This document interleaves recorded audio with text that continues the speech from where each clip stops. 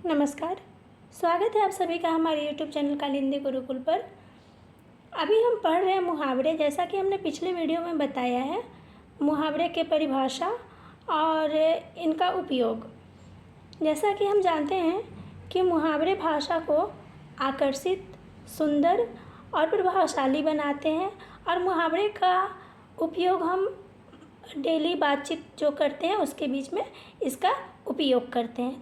तो चलिए आज हम कुछ महत्वपूर्ण मुहावरे लेकर आए हैं। अब हम शुरू करते हैं। जैसा कि दिया गया है यहाँ पे कुछ मुहावरे।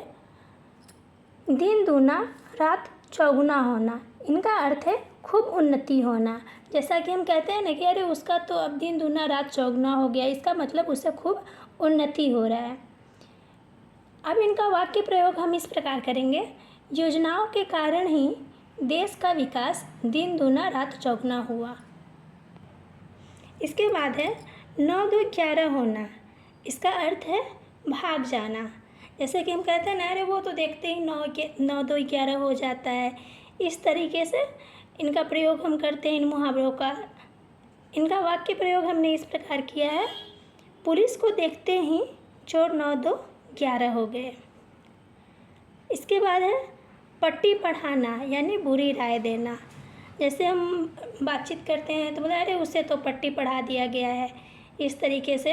तो इनका वाक्य प्रयोग इस प्रकार होगा, उसने अपने पड़ोसी को पट्टी पढ़ाई।